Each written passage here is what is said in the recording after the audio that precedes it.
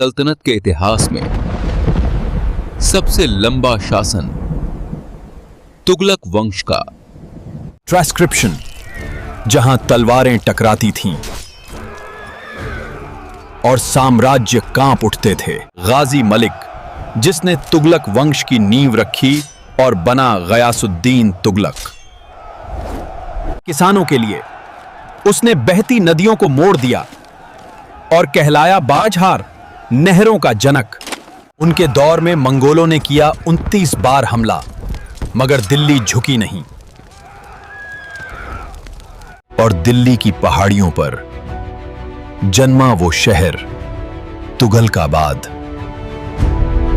निजामुद्दीन औलिया ने कहा, हुजूर, दिल्ली अभी दूर है। और सचमुच दिल्ली पहुंचने से पहले किस्मत ने छीन ली उसकी सांसें। यह सिर्फ इतिहास नहीं, एक साम्राज्य की गाथा है। तुगलक वंश। तुगलक वंश 1320 ईस्वी से 1414 ईस्वी तक सल्तनत के इतिहास में सबसे लंबा शासन। पूरे 94 वर्षों तक। और इसकी शुरुआत हुई गयासुद्दीन तुगलक से।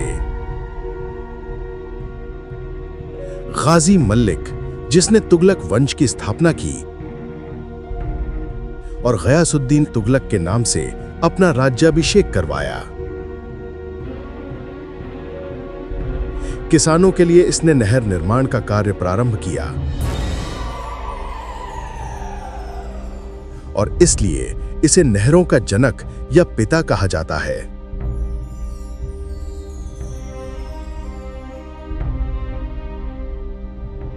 हालांकि सर्वाधिक नहरों का जाल फिरोज शाह तुगलक ने बिछाया।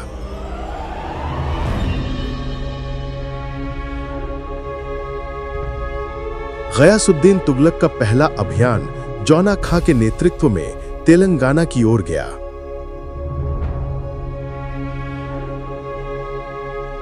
जौना खां ने तेलंगाना को जीतकर उसका नाम रखा सुल्तानपुर। और इसी विजय के बाद उसे जाना गया मोहम्मद बिन तुगलक के नाम से।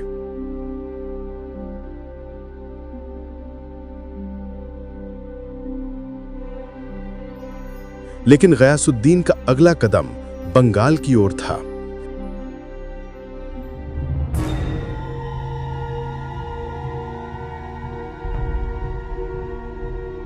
बंगाल अभियान जहां से धन की प्राप्ति नहीं हुई, यह उसका अंतिम सैन्य अभियान साबित हुआ। वापसी के दौरान कर्नाट वंश के अंतिम शासक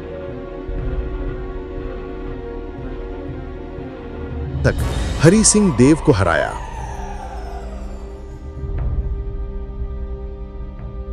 इतिहास का सबसे रोचक पल जब गयासुद्दीन ने सूफी संत निजामुद्दीन औलिया को संदेश भेजा।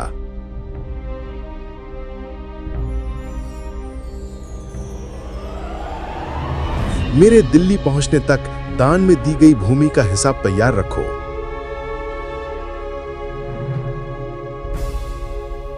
और औलिया ने उत्तर दिया, हुजूर, दिल्ली अभी दूर है। हुनूज दिल्ली दूर अस्त। और हुआ भी वही।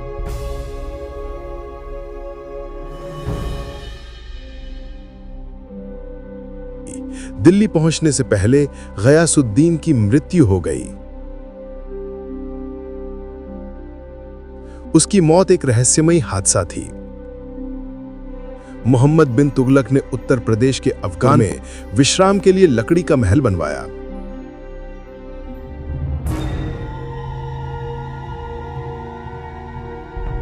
लेकिन उस महल का गिरना गयासुद्दीन तुगलक की 1325 ईस्वी में मौत का कारण बन गया। उसके शासनकाल में 29 बार मंगोलों ने आक्रमण किया। उसके समय डाक विभाग सर्वोच्च था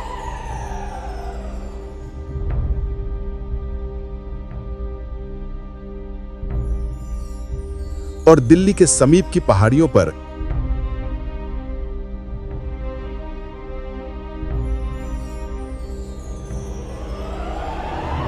रोमन शैली में उसने बसाया तुगलकाबाद का नगर। ये था ये सिर्फ इतिहास नहीं, एक ऐसा एक शासक साम्राज्य की जिसने गाथा है। इतिहास को तुगलक शक्ति, वंश। रहस्य और त्रासदी तीनों से भर दिया।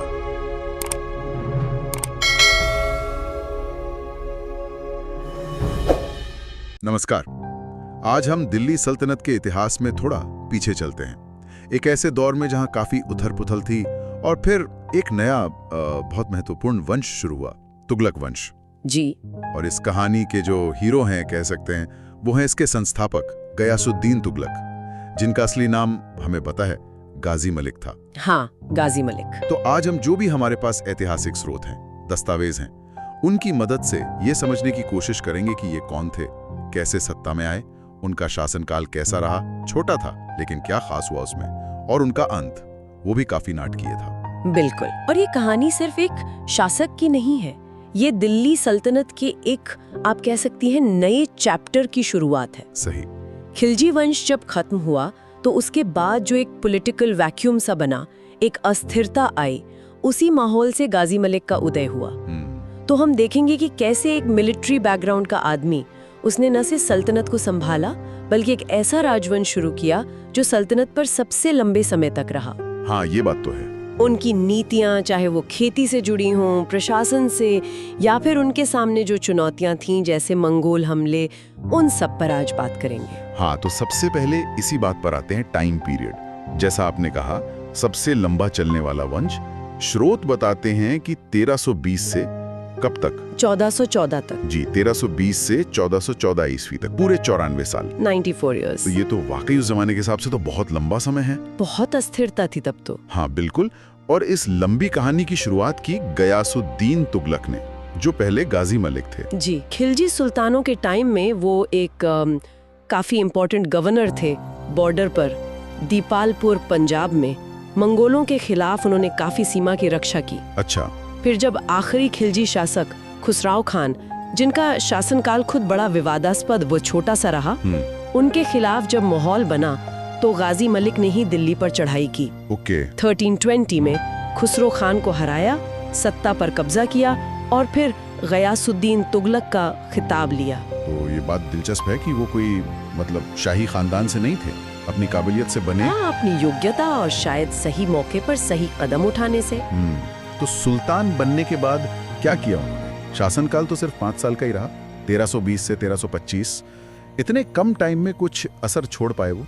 बिल्कुल बिल्कुल छोड़ पाए। टाइम कम था लेकिन कुछ नीतियां ऐसी थीं जिनके असर दूर तक गए। सबसे ज्यादा जिक्र आता है उनके कृषि सुधारों का।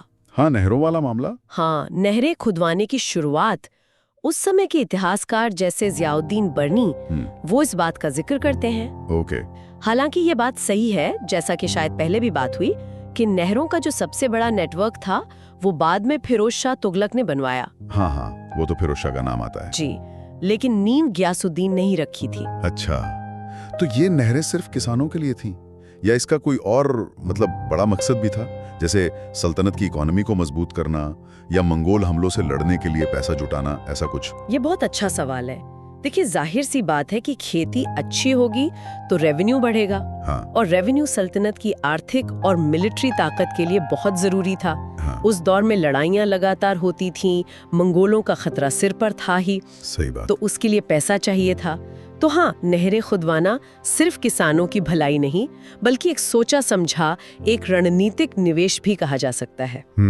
इसके अलावा बर्नी जैसे इतिहासकार उनकी टैक्स पॉलिसी की भी तारीफ करते हैं। वो ना बहुत सख्त थी ना बहुत नरम, एक बैलेंस बनाने की कोशिश थी।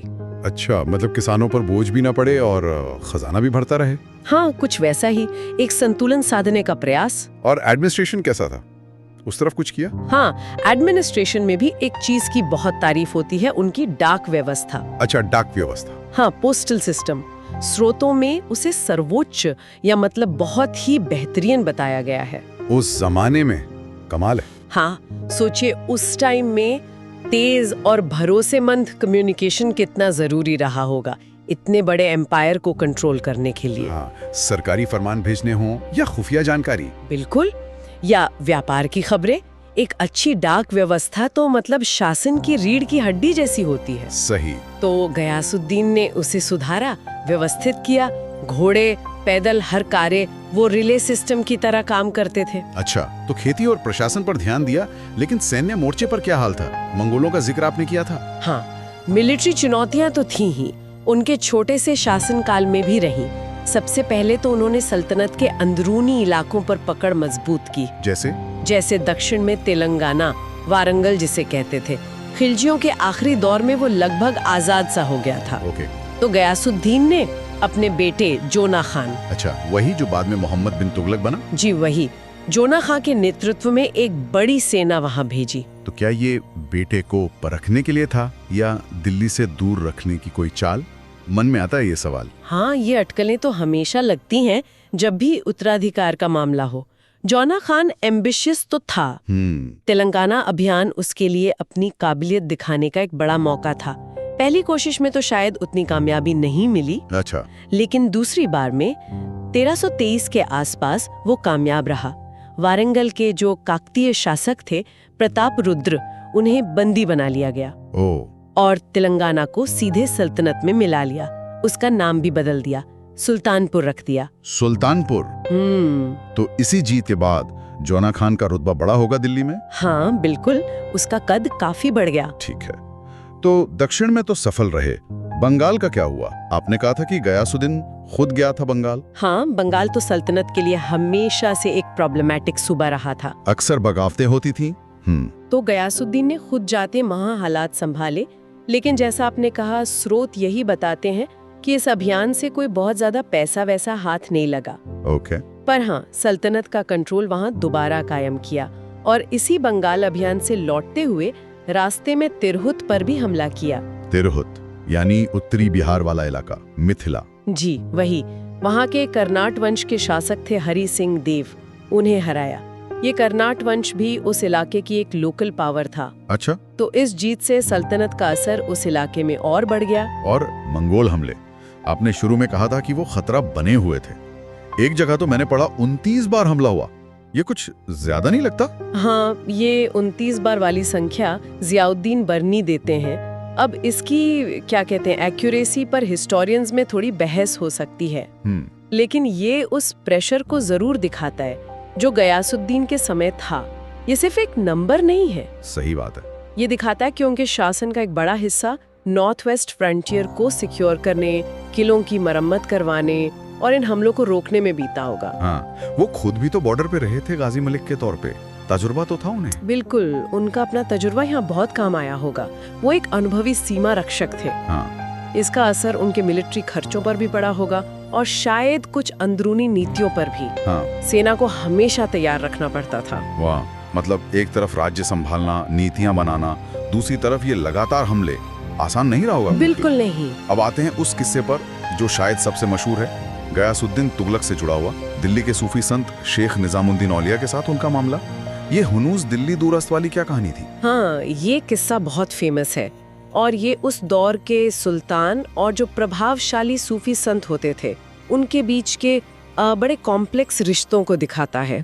हुआ ये कि जब गयासुद्दीन बंगाल अभियान से लौट रहे थे तो उन्होंने दिल्ली में निजामुद्दीन औलिया को एक मैसेज भेजा। क्या मैसेज? औलिया बहुत प्रभावशाली थे, हजारों फॉलोअर थे उनके खानका मतलब आश्रम में दान भी खूब आता था। हाँ। तो सुल्तान ने औलिया को फरमान भेजा कि मेरे दिल्ली पहुंचने से पहले आपको जो भी जमीनें या पैसा दान में मिला है उसका पूरा हिसाब किताब तैयार रखें। तो सुल्तान को कोई शक था उन पर, या ये सिर्फ अपनी पावर दिखाने का तरीका था कि देखो सूफी संत भी मेरे नीचे हैं? शायद दोनों बातें थीं। कुछ इतिहासकार मानते हैं कि सुल्तान को औलिया की बढ़ती पॉपुलैरिटी और उनके पास जमा हो रहे पैसे से कुछ खतरा सा लग रहा था। अच्छा। उन्हें लगा कि कहीं ये उनकी सत्ता के लिए चैलेंज न बन जाए। दूसरी तरफ औलिया जैसे सूफी संत अक्सर खुद को सुल्तानों की पॉलिटिक्स से दूर रखते थे, उनकी अपनी एक आध्यात्मिक सत्ता थी। तो सुल्तान का ये ऑर्डर शायद औलिया को उनकी लिमिट्स याद दिलाने की कोशिश थी। और औलिया का जवाब वही था ना, दिल्ली दूर है। हाँ, उन्होंने कथित तौर पर जवाब दिया, हुनूज दिल्ली दूरस्त, यानी हुजूर दिल्ली अभी दूर है। मतलब देखिए, ये बड़ा गहरा वाक्य था। ऊपर से तो मतलब यही था कि आप अभी दिल्ली से दूर हैं, टाइम लगेगा आने में। हाँ। लेकिन इसका एक छुपा हुआ मतलब भी था, एक तरह की भविष्यवाणी या चेतावनी कि शायद आप दिल्ली पहुंच ही ना पाए। और वो भी वही कमाल है, कभी कभी इतिहास में बातें बिल्कुल सच हो जाती हैं। बिल्कुल, गयासुद्दीन तुगलक दिल्ली वापस नहीं पहुंच पाए। दिल्ली के बाहर ही अफगानपुर नाम की जगह पर 1325 में उनकी मौत हो गई। जी। और उनकी मौत के जो हालात थे वो भी उतने ही नाटकीय और कंट्रोवर्शियल हैं जितना ये किस्सा। हाँ, वो लकड़ी का महल या मंडप किलने वाली बात ना। सही। उनके बेटे और उत्तराधिकारी जौना खां यानी मोहम्मद बिन तुगलक ने ही उनके स्वागत के लिए और कुछ दिन आराम के लिए अफगानपुर में ये लकड़ी का एक स्ट्रक्चर बनवाया था। वो ढांचा गिर गया और दोनों की मौत हो गई। हाँ, पिता पुत्र दोनों मलबे में दबकर मर गए। लेकिन ये सिर्फ एक हादसा था या इसमें कुछ मतलब शक की गुंजाइश है? क्योंकि बनवाना तो उनके बेटे नहीं था जो अगला सुल्तान बना। यही सवाल है जो इतिहास में हमेशा से पूछा जाता रहा है। उस समय के भी और बाद के भी कई इतिहासकारों ने इस पर लिखा है और राय बटी हुई है। अच्छा। क्या कहते हैं इतिहासकार? जियाउद्दीन बर्नी, जो मोहम्मद बिन तुगलक के टाइम के ही थे, वो इसे एक हादसा बताते हैं, शायद बिजली गिरने या हाथियों की वजह से हुआ। ओके। लेकिन इब्न बतूता, जो मोरक्को से आए थे और मोहम्मद बिन तुगलक के टाइम में कुछ साल बाद दिल्ली आए थे, वो इसे एक सोची समझी साजिश मानते हैं। साजिश मतलब? उनके हिसाब से जौना खान ने जानबूझकर ऐसा कमजोर ढांचा बनवाया था और हाथियों का इस्तेमाल उसे गिराने के लिए किया ताकि वो जल्दी से गद्दी पर बैठ सकें। और हे बाप रे, तो सच क्या है ये कभी पता नहीं चलेगा शायद। पक्के तौर पर कहना तो बहुत मुश्किल है। सबूत दोनों तरफ इशारा करते हैं।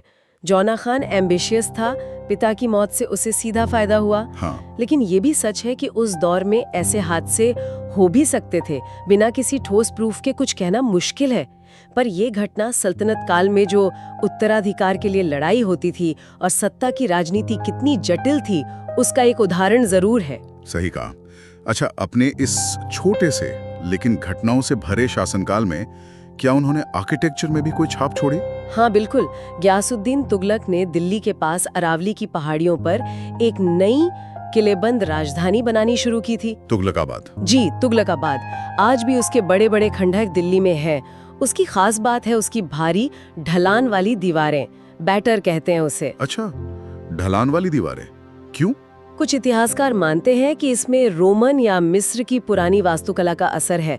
ये ढलान वाली दीवारें किले को ज्यादा मजबूती देती थीं। शायद मंगोल हमलों को ध्यान में रखकर। हाँ, बहुत हद तक यही वजह रही होगी। लगातार हमलों का खतरा था, तो ये शहर उनकी ताकत और सुरक्षा पर उनके जोर का एक सिंबल था। तो अगर हम गयासुद्दीन तुगलक के पूरे शासनकाल को संक्षेप में देखें तो क्या मुख्य बातें निकल कर आती हैं? मेरे ख्याल से कुछ पॉइंट साफ है। पहला, वो एक अनुभवी फौजी और एडमिनिस्ट्रेटर थे जिन्होंने खिलजी वंश के बाद जो अस्थिरता थी उसे खत्म करके एक नए और टिकाऊ वंश की नींव डाली। जी। दूसरा, उन्होंने खेती और प्रशासन पर ध्यान दिया, नहरों की शुरुआत की, टैक्स सिस्टम को बैलेंस करने की कोशिश की, डाक व्यवस्था सुधारी। ये सब एक मजबूत शासन के लिए जरूरी था। हाँ। तीसरा, उन्हें लगातार बाहरी यानी मंगोल और अंदरूनी जैसे तेलंगाना, बंगाल, इन मिलिट्री चैलेंजेस का सामना करना पड़ा। चौथा, उनका निजामुद्दीन औलिया के साथ जो तनाव वाला रिश्ता था वो उस दौर की सियासत और मजहब के बीच के कॉम्प्लेक्स इक्वेशन को दिखाता है। और पांचवा, उनकी रहस्यमयी मौत। हाँ, उनकी रहस्यमयी मौत जो उत्तराधिकार की राजनीति पर हमेशा सवाल खड़े करती है। तो ये थी गयासुद्दीन तुगलक की कहानी। तुगलक वंश का संस्थापक, नहरों की शुरुआत करने वाला, मंगोलों से लड़ने वाला और वो हुनूज दिल्ली दूरस्त वाले किस्से का पात्र। हाँ, शासनकाल भले छोटा रहा लेकिन उन्होंने जो नींव रखी उस पर उनके बाद वालों ने, खासतौर पर मोहम्मद बिन तुगलक और फिरोज शाह तुगलक ने एक बहुत बड़ा साम्राज्य खड़ा किया। बिल्कुल। और यहीं पर एक सवाल उठता है जो हमें इतिहास कैसे लिखा जाता है या कैसे समझा जाता है इस पर सोचने को मजबूर करता है। गयासुद्दीन की मौत, क्या वो सच में एक हादसा थी या किसी की महत्वाकांक्षा का नतीजा? मोहम्मद बिन तुगलक, जो उनके बाद सुल्तान बने, इतिहास के सबसे इंटेलिजेंट लेकिन साथ ही सबसे कंट्रोवर्शियल शासकों में गिने जाते हैं। हाँ, उनके बारे में तो बहुत कुछ है कहने को। शिकार उनके पिता ही बने थे।